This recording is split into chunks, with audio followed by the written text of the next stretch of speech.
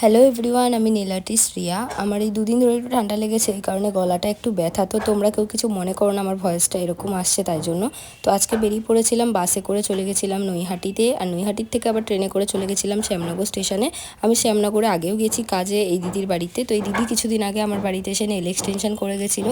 আর এই দেখো আমি আমার ক্লায়েন্টকে দিয়ে ভিডিও করাচ্ছিলাম। আর এই দিদির এবারের ডিমান্ডিং ছিল যে কোনো সলিড কালার করবে না, একদম সিম্পল একটা গ্লিটারির মধ্যে করবে। তো আমি সেরকমই দিদির পছন্দ মতো এই কাজটা করেছিলাম, করে তারপর আমি বেরিয়ে পড়েছিলাম বাড়ি আসার জন্য।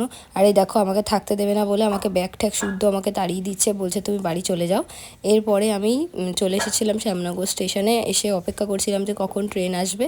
আর ট্রেন আসার সাথে সাথে আমি ট্রেনে উঠে পড়েছিলাম। আর ট্রেনে উঠলেই আমার মুখ তো চলতেই থাকে, তার জন্য কিনে নিয়েছিলাম পাঁপড় ভাজা। পাঁপড় ভাজা খেতে খেতে চলে এসেছিলাম নৈহাটি স্টেশনে। এসে আমি আবারও গাছ কিনে নিয়েছিলাম, আমার প্রচুর গাছ কেনার নেশা রয়েছে। এরপরে বাসে করে চলে এসেছিলাম কল্যাণগড় এসে ফুচকা নিয়ে চলে এলাম বাড়ি। আজকে ভিডিওটা এই পর্যন্ত, টাটা।